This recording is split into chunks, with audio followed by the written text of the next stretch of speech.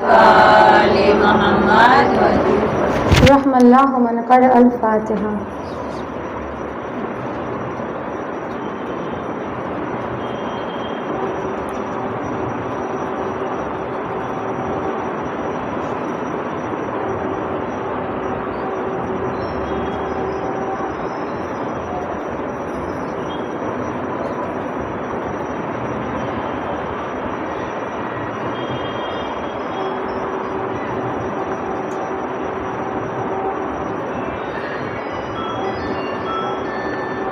اعوذ باللہ من الشیطان اللعین الرجیم بفضل بسم اللہ الرحمن الرحیم. اللہم قل لولیک حجت ابن الحسن صلواتک علیہ وعلی آبائہ فی هذه الساعة وفي كل ساعة وليا وحافظا وقائدا وناصرا ودليلا وعينا حتى تسكنه أرزك طوعا وتمتعه فيها طويلا. اللہ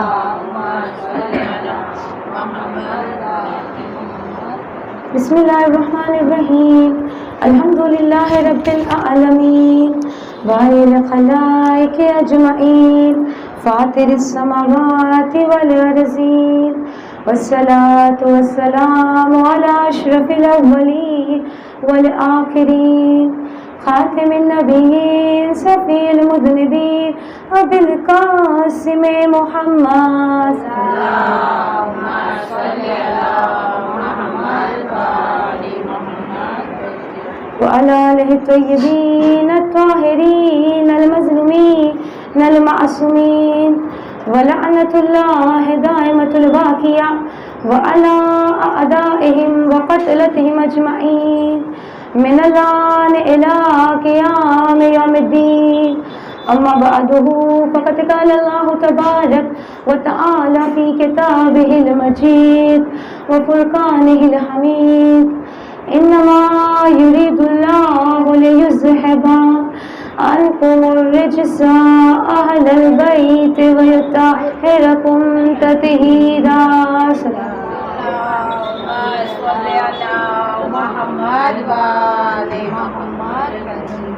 توحید گفتگو آغاز کلام. الحمد للہ رب العالمین. تمام تر تعریف اور تمام تر حمد و ثنا اس پاک پروردگار کے لیے ہے کہ جو عالمین کا پالنے والا ہے، جس نے ہمیں اس پوری کائنات کو پیدا کیا اور ہمارا خلق کرنے والا کبھی بھی ہم سے بے پرواہ نہیں رہتا. وہ پروردگار جو کبھی بھی ہم سے بے خبر نہیں رہتا، ہمیشہ ہم سے باخبر رہتا ہے. اس وقت بھی خدا نے ہمیں نعمتیں عطا کی جب ہم شکم مادر تھے. تو ہر لمحہ نعمت خداوندی کا ہمیں شکر کرنا چاہیے کہ پروردگار عالم تیرا شکر ہے، تیرا احسان ہے کہ تو نے ہمیں اتنی عظیم نعمتوں سے نوازا. وہ پروردگار جو ہمیں بیماری بھی دیتا ہے اور پھر اس بیماری سے شفا بھی دیتا ہے. وہی ہے جو عزت بھی دیتا ہے اور ذلت بھی دیتا ہے.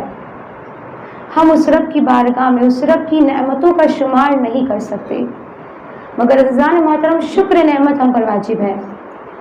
آئیے سب مل کے نعمتوں میں سب سے عظیم نعمت کا، نعمت عظمیٰ کا ہم شکر ادا کرتے کہ پروردگار عالم تیرا شکر ہے، تیرا احسان ہے کہ تو نے ہم سب کو دامن محمد اور آل محمد سے منسلک کر دیا. تو نے ہمارے قلب میں اہل بیت کی محبت کو پیدا کیا، اور عزیزان محترم یہی محبت ہمیں اس فرش عزا پہ لے کے آتی ہے. ہم سب خدا سے دعا کریں کہ پروردگار عالم پوری زندگی ہمیں اس ایمان پہ بسر کرنے کی توفیق عطا فرما، اور ہم سب کا خاتمہ بخیر ایمان پہ کرنا جب دعا کی ہے تو قبولیت کے لیے بآواز بلند صلوات. اللہم صلی علی محمد و آل محمد. آج بھی مجلس کی ابتدا میں خدا کی حمد و ثنا کے لیے، خدا کی معرفت حاصل کرنے کے لیے میں مولا حسین کی دعائے عرفہ کی چند جملوں کو پیش کروں، کیونکہ جس طرح ائمہ معصومین نے ہمیں خدا کی معرفت کروائی اور کوئی نہیں کروا سکتا، جس طرح انہوں نے خدا کو پہچانا اور کوئی پہچان نہیں سکتا. تو دعائے عرفہ کے چند جملوں سے اپنے اس مجلس کا آغاز کرتی ہوں کہ مولا حسین اپنی اس عظیم دعا میں خدا کی معرفت کروا رہے ہیں. اور مولا حسین ارشاد فرماتے ہیں حمد مخصوص ہے اس رب ذوالجلال کے لیے کہ جس کے فیصلوں کو کوئی رد نہیں کر سکتا، جس کی عطاؤں کو کوئی روکنے والا نہیں ہے، اور جس کی سخاوت بہت وسیع ہے، یعنی جس کی سخاوت بہت وسعت رکھتی ہے. لیکن عزیزان محترم دیکھیے، کچھ چیزیں ایسی ہوتی ہیں جو مانگنے سے مشہود ہوتی ہے، یعنی مانگنے سے کنیکٹڈ ہوتی ہے. یعنی خدا کا یہ حکم ہوتا ہے کہ میرا بندہ مجھ سے مانگے گا تو میں اس کو عطا کر دوں گا. ساری چیزیں نہیں، کچھ چیزیں جو خدا اپنی خزانہ قدرت میں رکھتا ہے، اپنی خزانہ رحمت میں رکھتا ہے کہ جب میرا بندہ مجھ سے مانگے گا تو میں اس کو فوراً ہی عطا کر دوں گا. اس لیے ائمہ معصومین کہتے ہیں کہ خدا سے مسلسل مانگنا چاہیے، مسلسل خدا سے مانگنا چاہیے. اور عزیزان محترم جب ہم لوگ خدا سے مانگتے تو کیا ہوتا ہے؟ ہم لوگ لڑ کے مانگتے ہیں، شکایت کر کے مانگتے ہیں کہ خدا تو نے اس کو دے دیا ہمیں نہیں دیا. لیکن عزیزان محترم ایک بات ہمیشہ یاد رکھیے گا کہ اس رب کے عطا کرنے میں کوئی کمی نہیں ہے، اس رب کے عطا کرنے میں کوئی کمی نہیں ہے. اگر کمی ہوتی ہے تو ہمارے مانگنے میں ہوتی ہے. ہمیں مانگنے کا سلیقہ نہیں آتا. ہم خود چیک کریں کہ جب ہم دعا مانگتے تو ہم کیسے مانگتے ہیں. خدا تو یہ کرتا ہے، تو میری دعا قبول نہیں کرتا، لڑ کے جگڑ کے مانگتے ہیں. تو عزیزان محترم اس لیے ائمہ معصومین ہمیں مانگنے کا سلیقہ سکھا رہے ہیں کہ خدا سے کیسے مانگنا چاہیے. اور خدا سے کیسے مانگنا چاہیے عزیزان محترم، ایک واقعہ بیان کرتی ہوں. شیعت کے بہت بڑے عالم آغا نجفی وہ یہ واقعہ بیان کرتے ہیں. آغا نجفی کہتے ہیں کہ جب میں نجف گیا علم دین حاصل کرنے کے لیے، کہا جب میں نجف گیا علم دین حاصل کرنا شروع کیا تو میں نے یہ محسوس کیا کہ میرا حافظہ اتنا قوی نہیں ہے، میرا حافظہ اتنا مضبوط نہیں ہے، کیونکہ اس علم کو جس طرح سے مجھے سیکھنا چاہیے میں نہیں سیکھ پا رہا. بہت پریشان ہوئے، کیا کریں؟ کیونکہ عزیزان محترم یہ علم دین حاصل کرنا کوئی آسان نہیں ہے. یہ بھی ایک بہت اہم علم ہے کہ جس کا دار و مدار پوری زندگی پہ، دنیا اور آخرت دونوں کی زندگی پہ ہوتا ہے. تو آغا نجفی کہتے کہ میں بہت پریشان ہوا اور آخر میں نجف سے کربلا آیا اور کربلا پہنچ کر امام حسین کے حرم میں پوری رات استغاثہ کرتا رہا. پوری رات میں مولا کے حرم میں استغاثہ کرتا رہا. مولا حسین سے حبیب ابن مظاہر کا واسطہ دے کے مولا حسین سے دعا کرتا رہا. اور میں نے حبیب سے کہا کہ اے حبیب آپ مولا حسین سے بہت قریب ہیں. اے حبیب آپ مولا حسین کی زندگی میں بھی ان کے ساتھ تھے اور بعد شہادت بہشت میں بھی ان کے ساتھ ہے. اے حبیب آپ مولا سے میری سفارش کر دیجئے. آپ مولا کے دوست ہیں، آپ مولا سے کہہ دیجئے کہ مولا میرے حافظے کو قوی کر دے، میرے حافظے کو اسٹرانگ کر دے، کیونکہ میں علم دین حاصل کرنے کے لیے اپنے وطن کو چھوڑ کے آیا ہوں. اور میں یہ علم اس لیے حاصل کرنا چاہتا ہوں تاکہ تبلیغ دین کروں، خدا کا پیغام لوگوں تک پہنچاؤں، میں اس دین کی خدمت کرنا چاہتا ہوں۔ اے حبیب آپ سفارش کر دیجئے۔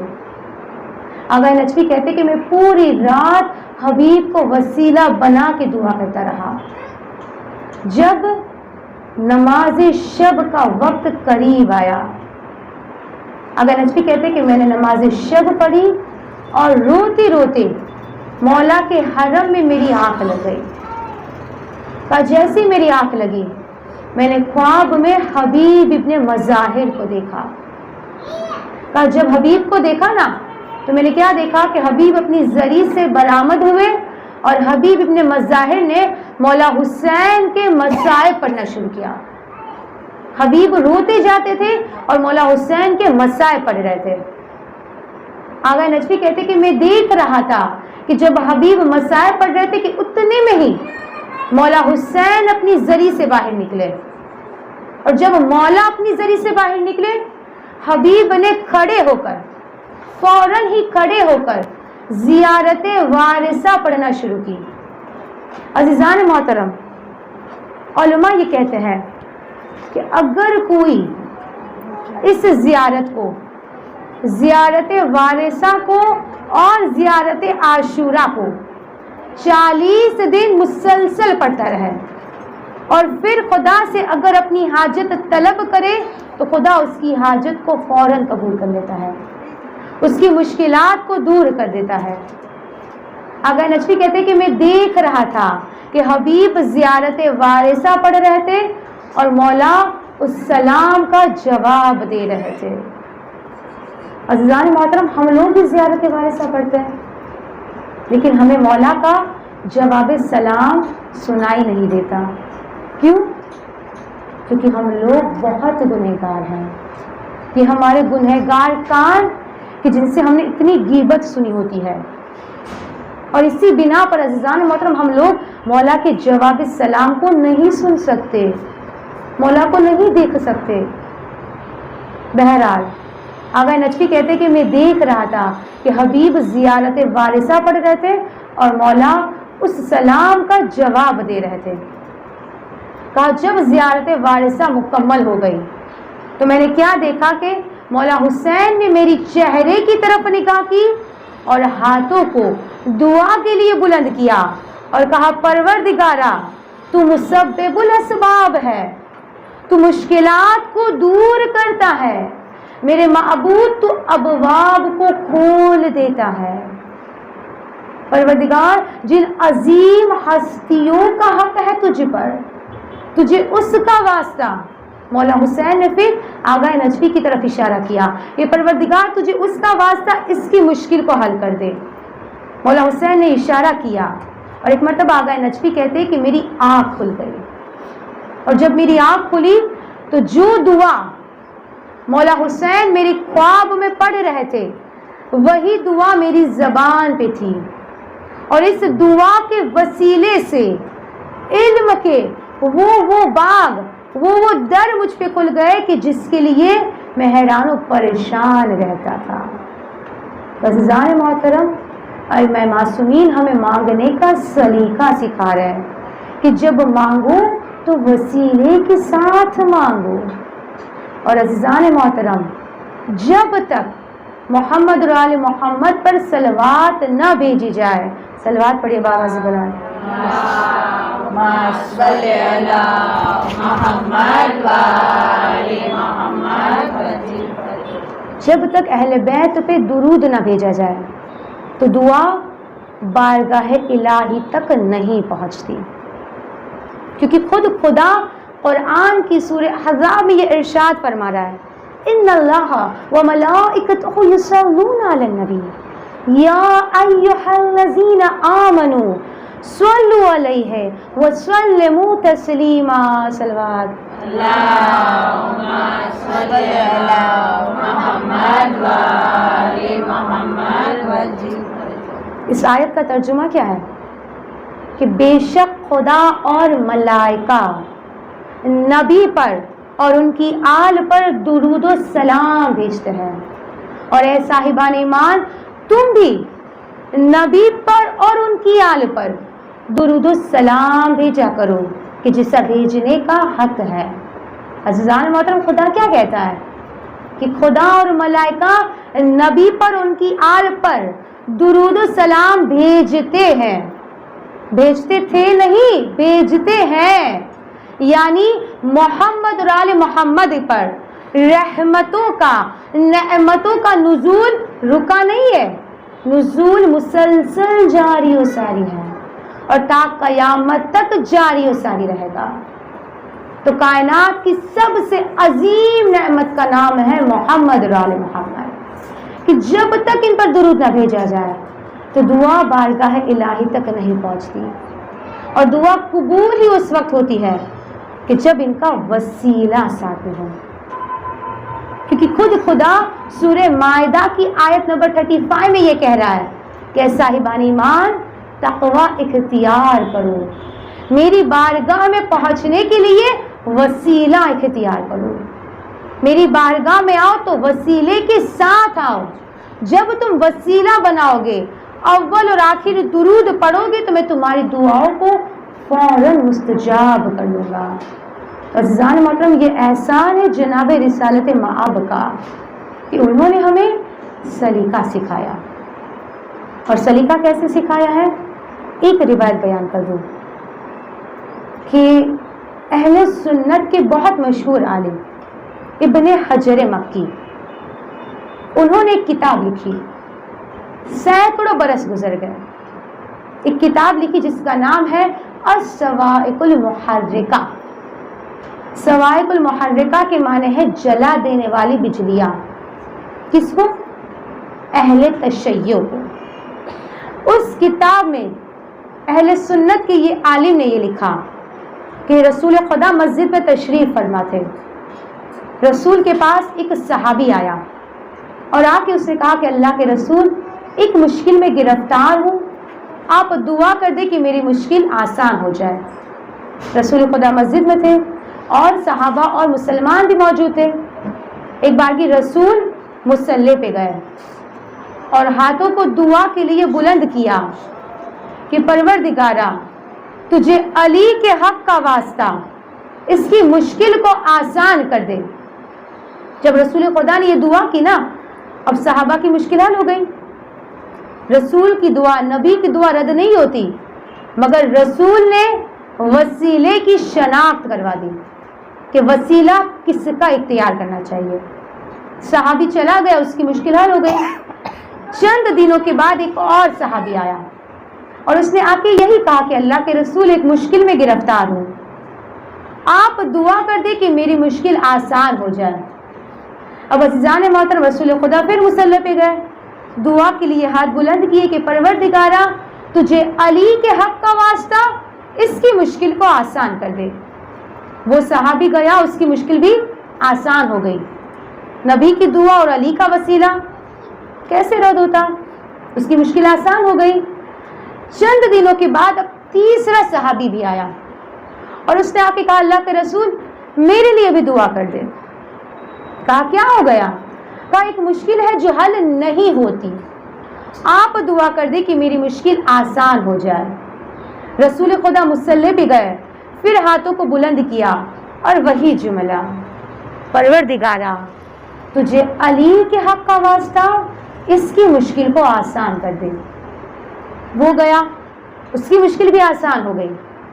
اب عزیزان محترم، تینوں صحابہ کی مشکل تو آسان ہو گئی، مگر تینوں صحابہ ایک مقام پہ پریشان بیٹھے آپس میں گفتگو کر رہے۔ اب ایک کہتا ہے کہ یہ کیا بات ہے، میں آیا تو علی کا واسطہ، تم آئے تو علی کا واسطہ، یہ آیا تو بھی علی کا واسطہ، آخر یہ علی کا واسطہ کب تک چلے گا؟ عزیزان محترم، ان لوگوں کے دل میں معرفت علی نہیں تھی اور مولا کے وسیلے سے دعا قبول ہو رہی تھی۔ ایک مرتبہ ایک نے کہا کہ فکر کی کیا بات ہے، کبھی تو علی پہ مشکل پڑے گی نا، جب علی پہ مشکل پڑے گی تو مسئلہ حل۔ تو کہا کیا ہوگا؟ کہا جب علی پہ مشکل پڑے گی تو رسول تمہارا اور میرا واسطہ دے گے. فکر کی کیا بات ہے؟ جب علی مشکل میں گرفتار ہو گئے تو پھر ہمارا ہی واسطہ دے گی نا رسول. عزیزان محترم، جو مولا کی معرفت نہ رکھتے ہو ان کی زبان سے یہی جملہ جاری ہوتا ہے. مولا کائنات عزیزان محترم اللہ کے ولی ہے، رسول کے وصی ہے. اب مولا بھی مشکل میں گرفتار ہوئے، آئے مسجد نبوی میں، رسول کے پاس آ کے کہتے اللہ کے رسول آج یہ علی آپ سے دعا کروانے آیا ہے. رسول خدا نے کہا علی کیا بات ہے، بیان کرو. کہا اللہ کے رسول ایک کام ہے جو نہیں ہو رہا، آپ دعا کر دیں کہ وہ میرا کام ہو جائے، میری وہ مشکل حل ہو جائے. رسول خدا مصلی پہ گئے، ہاتھوں کو بلند کیا اور کہا پروردگارا تجھے علی کے حق کا واسطہ علی کی مشکل کو آسان کر دے. عزیزان محترم جیسے ہی رسول نے یہ کہا نا، مسجد میں وہ تینوں صحابہ بیٹھے تھے، کچھ منافقین بھی تھے. ایک مرتبہ وہ تینوں کھڑے ہو گئے اور کھڑے ہو کے کہتے اللہ کے رسول یہ کیا بات ہے؟ جب میں آیا تو علی کا واسطہ، جب یہ آیا تو علی کا واسطہ، جب یہ آیا تو بھی علی کا واسطہ، اور جب علی خود آ گئے تو بھی علی کا واسطہ. اللہ کے رسول یہ علی کا واسطہ کب تک چلے گا؟ رسول خدا کے چہرے کا رنگ بدلا. رسول خدا نے کہا خاموش ہو جاؤ. جب مجھے بھی کوئی حاجت درپیش ہوتی ہے تو میں بھی ہاتھوں کو بلند کر کے علی کے حق کا واسطہ دیتا ہوں اور خدا میری بھی مشکل کو حل کر دیتا ہے. صلوات پڑھیے بآواز بلند. اللہم صلی علی محمد و آل محمد. تو عزیزان محترم رسول نے وسیلے کی شناخت کروا دی کہ جب خدا سے مانگو تو اہل بیت کا وسیلہ دے کے مانگو، کیونکہ محمد اور آل محمد وہ عظیم نعمت ہے کہ جو خدا کی بارگاہ میں ہمارے لیے وسیلہ ہے. اور عزیزان محترم خدا نے انہی کی محبت میں اس پوری کائنات کو خلق کیا، اور جب خلق کیا تو انہی کے نور سے پیدا کیا، اور جب انہی کے نور سے خدا نے کائنات کی تقریر کی تو ایک مرتبہ اپنے حبیب سے سورہ شورا میں مخاطب ہو کے کہتا ہے قُلْ لَا أَسْأَلُكُمْ عَلَيْهِ أَجْرًا إِلَّا الْمَوَدَّةَ فِي الْقُرْبَى، کہ میرے حبیب کہہ دیجئے کہ میں تم سے اجر رسالت کچھ نہیں چاہتا مگر یہ کہ میرے اقربا سے مودت کرو. اور عزیزان محترم اس کا اجر بھی خدا نے بہت عظیم رکھا ہے. میں نے کل آپ کے سامنے روایت پڑھی کہ جس میں رسول نے یہ کہا تھا کہ جو بھی مجھ سے میری آل سے محبت کرے گا اور اس کی محبت کی منزل مودت کو چھو لے گی تو خدا اس کو 20 فائدے عطا کرے گا. 10 فائدے دنیا کے عطا کرے گا اور 10 آخرت کے عطا کرے گا. عزیزان محترم پہلے ایک بات بیان کر دوں کہ محبت اہل بیت سے غیروں کو بھی ہو جاتی ہے. ہمیں تو ہمارے مولا آقا سے محبت ہے، یقیناً ہے، اور یہ ثبوت ہے جو ہم یہاں پہ بیٹھے ہیں، لیکن محبت اہل بیت سے غیروں کو ہو جاتی ہے. ہم دیکھتے ہیں نا محرم میں نان مسلمز بھی آتے اس فرش عزا پہ، اپنی حاجت کو طلب کرتے ہیں، مولا حسین کے غم میں روتے ہیں، لیکن خدا کیا کہتا ہے؟ محبت مودت کی منزل پہ ہونی چاہیے. مودت یعنی کیا؟ کہ جو اہل بیت نے کہا ہو اس پہ عمل کرتا ہو، جس چیز سے اہل بیت نے روک لیا اس سے رک جائے. اب ہم خود چیک کریں، اہل بیت نے کہا ہے کہ غیبت نہیں کرنا، لیکن ہم لوگ کیا مانتے ہیں؟ غیبت تو روزانہ ہماری زندگی میں ہوتی ہے. اہل بیت نے کہا ہے جھوٹ نہیں بولنا، لیکن ہم تو بات بات پہ جھوٹ بولتے ہیں، بات بات پہ ہم لوگ جھوٹ بولتے ہیں. حسد نہیں کرنا، تو ہم دیکھیں کہ کیا یہ محبت فقط محبت ہی ہے یا مودت کی منزل کو چھو رہی ہے. رسول نے کہا ہے کہ محبت مودت کی منزل کو چھونی چاہیے، تبھی اس کو یہ 20 فائدے ملیں گے، 10 دنیا کے اور 10 آخرت کے. دنیا کے 2 فائدے میں کل بیان کر چکی، آج آخرت کے 2 فائدے بیان کروں کہ رسول اسلام کہتے ہیں کہ جو بھی مجھ سے میری آل سے محبت کرے گا، اس کی محبت مودت کی منزل پہ اگر ہوگی تو آخرت کا ایک فائدہ اس کو یہ ملے گا کہ جب وہ میدان قیامت میں آئے گا تو خداوند عالم اس کو نامہ اعمال اس کے دائیں ہاتھ میں دے گا، دائیں ہاتھ میں۔ عزیزان محترم، میدان قیامت میں ہر شخص پریشان ہوگا، ہم سب پریشان ہوں گے کہ اگر نامہ اعمال ملے گا تو کون سے ہاتھ میں ملے گا، دائیں ہاتھ میں ملے گا یا بائیں ہاتھ میں ملے گا؟ اگر دائیں ہاتھ میں مل گیا تو ہم سب بہت خوش ہو جائیں گے، بخشش ہو جائیں گی، لیکن خدا نہ کرے اگر بائیں ہاتھ میں ملا تو ہمارے گناہ بہت ہوگے، بہت سختی ہوگی ہمارے لیے۔ لیکن رسول کا یہ احسان ہے کہ انہوں نے ہمیں بتا دیا کہ اگر محبت مودت کی منزل کو چھو لے گی تو نامہ اعمال داہنے ہاتھ میں ملے گا۔ اور دوسرا فائدہ کیا ہوگا کہ جب میدان قیامت میں جب وہ شخص آئے گا تو اس کا چہرہ نورانی ہوگا، اس کے چہرے سے نور نکل رہا ہوگا۔ عزیزان محترم، میدان قیامت میں سورج اور چاند کی روشنی نہیں ہوگی، یہ اہل بیت کے چاہنے والوں کا نور ہوگا جو یہ گواہی دے گا کہ ہم نے اہل بیت سے محبت کی اور مودت کی منزل کو چھو لیا۔ عزیزان محترم، یہ واحد ایسی شخصیت ہے کہ جن کے سبب خدا ہماری دعاؤں کو قبول کر لیتا ہے۔ عزیزان محترم، آج 2 محرم ہو گئی اور عزیزو، تاریخ یہ بتاتی ہے کہ جب مولا حسین کا یہ قافلہ کربلا کے لیے نکلا ہے نا، تو راستے میں عبید اللہ ابن حر جعفری کا خیمہ آیا۔ یہ مولا کے پاس نہیں جانا چاہتا تھا۔ ایک مرتبہ مولا خود عبید اللہ ابن حر جعفری کے خیمے میں گئے اور عبید اللہ سے کہا کہ تم نے اپنی زندگی میں بہت گناہ کیے ہیں، تم نے اپنی زندگی میں بہت گناہ کیے ہیں، اگر تم اپنے گناہ کو بخشوانا چاہتے ہو، کیا تم اپنے گناہ کو بخشوانا چاہتے ہو؟ اس نے کہا ہاں مولا، میں اپنے گناہ کو بخشوانا چاہتا ہوں۔ تو مولا نے کہا کہ میرا ساتھ دو، نواسائے رسول کا ساتھ دو، میرے ساتھ جہاد کرو۔ ایک مرتبہ عبید اللہ ابن حر جعفری کہتا ہے کہ مولا میں جہاد نہیں کر سکتا، مولا مجھے بہت ڈر لگتا ہے جہاد سے۔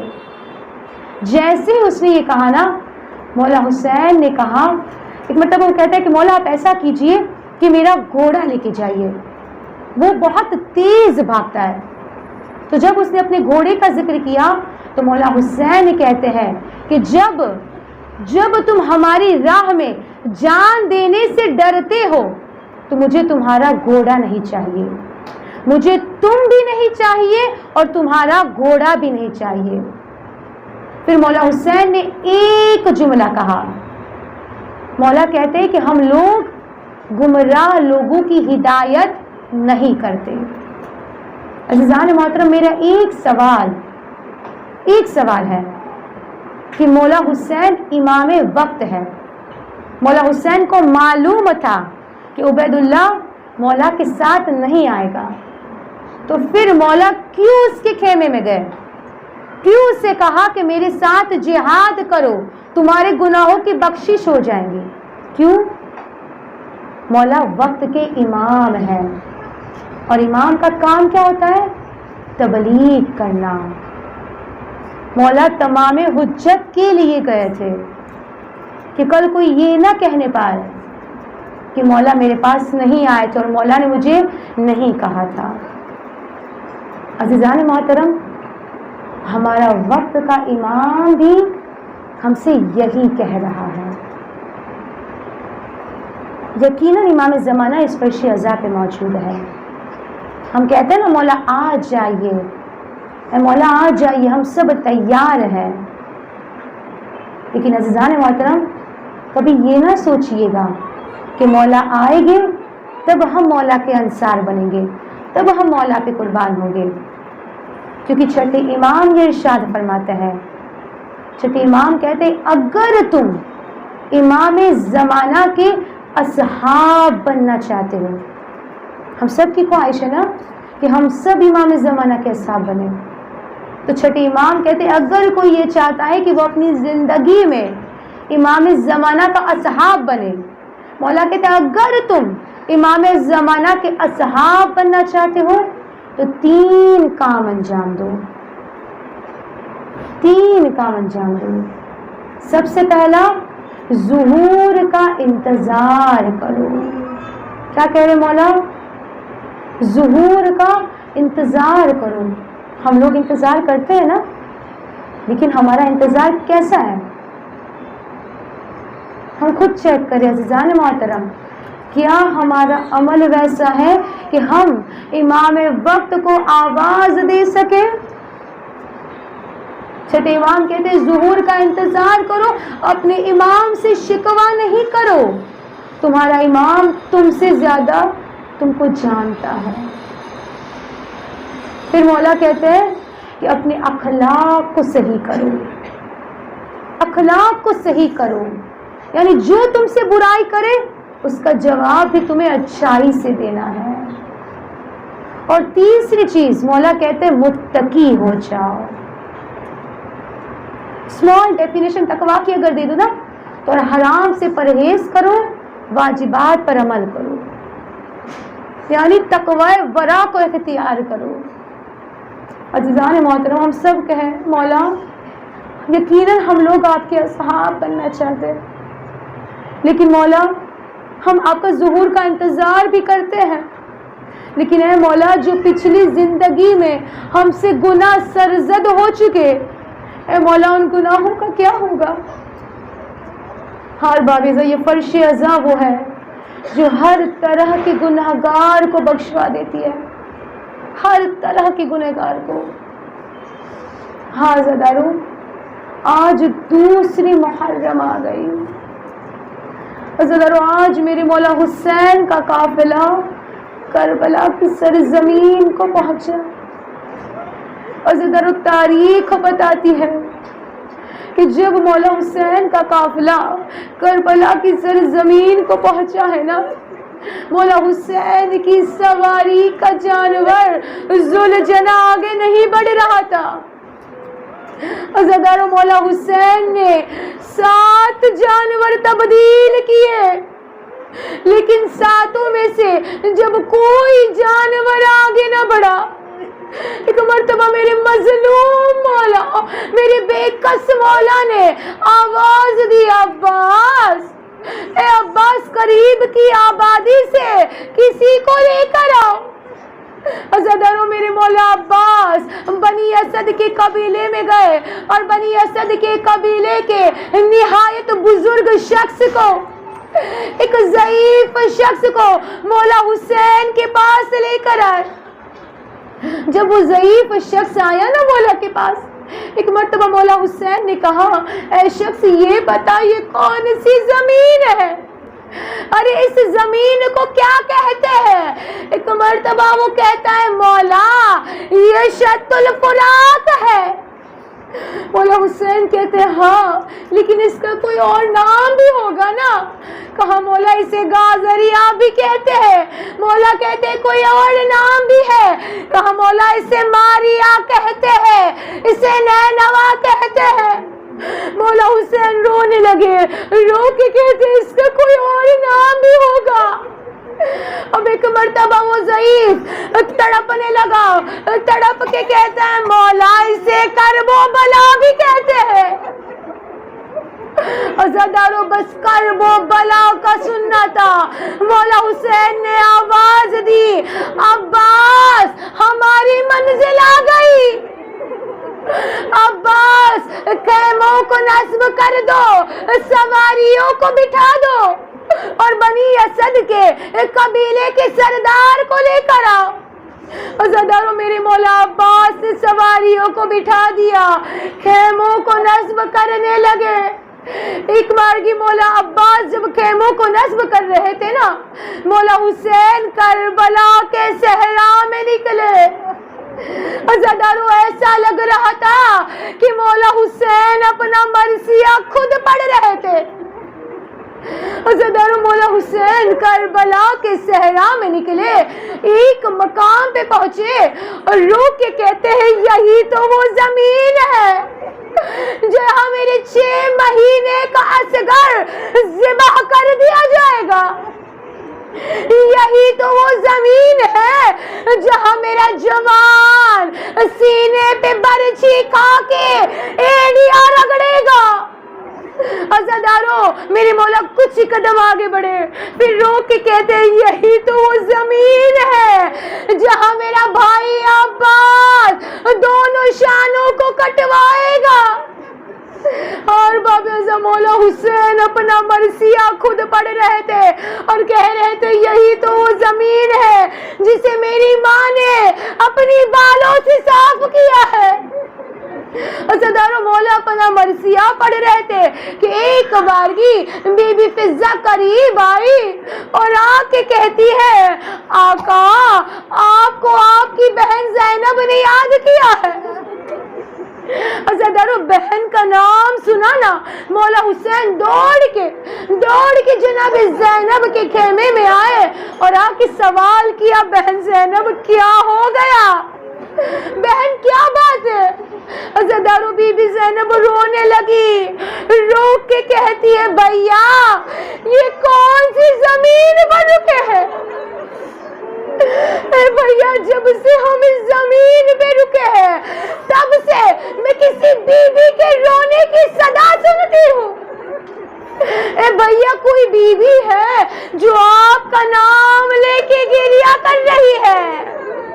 عزاداروں، مولا حسین نے جب یہ سنا نا اپنے سر کو جھکا لیا اور کہا زینب تم نے پہچانا نہیں نا؟ اے زینب، یہ ہماری ماں فاطمہ زہرا ہے۔ اے بہن زینب، ہماری ماں مدینے سے ہمارے ساتھ آئی ہے۔ بہن تم تو جانتی ہو نا کہ میں اسی زمین پہ شہید کر دیا جاؤں گا۔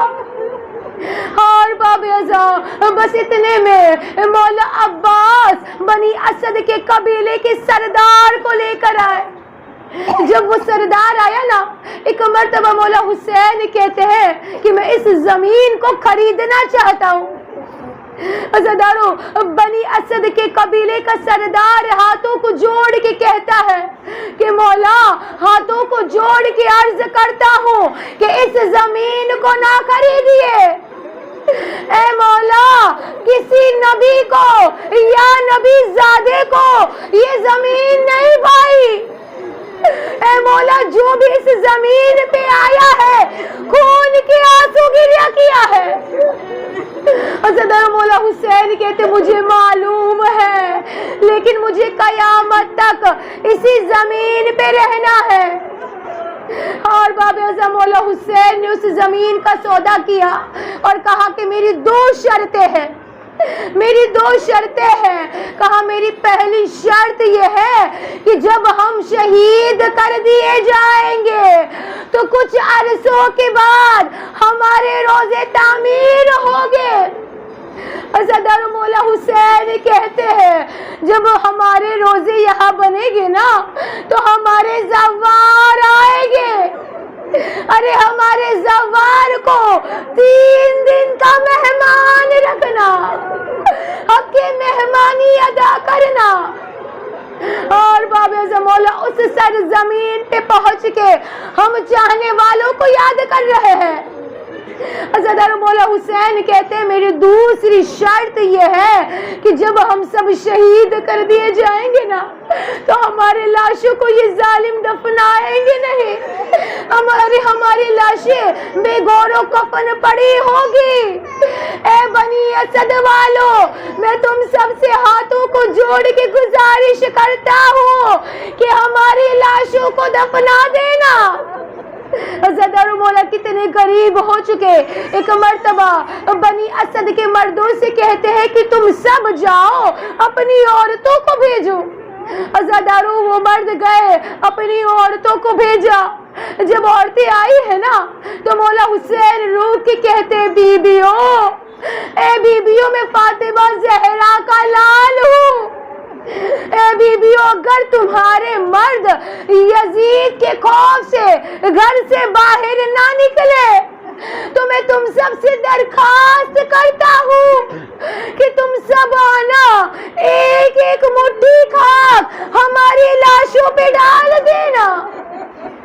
عزادارو مولا اتنے غریب ہو چکے کہ عورتوں سے کہتے کہ اب تم سب جاؤ اپنے بچوں کو میرے پاس بھیجو. میں کہوں مولا اگر کوئی پردیس میں مر جاتا ہے نا تو کہ غیر بھی آ کے اسے دفنا دیتے ہیں، لیکن میرے مولا کتنے غریب ہو چکے. ایک مرتبہ بچوں سے کہتے ہیں اے بچوں میں علی اصغر کا بابا ہوں.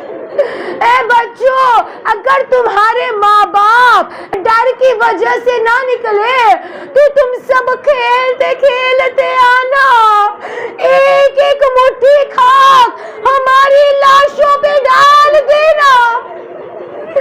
عزاداروں میں کہوں مولا اب تو عبدالرحمن کے بیٹے ہیں، امام وقت ہے، ایسی وصیت نہ کرے مولا.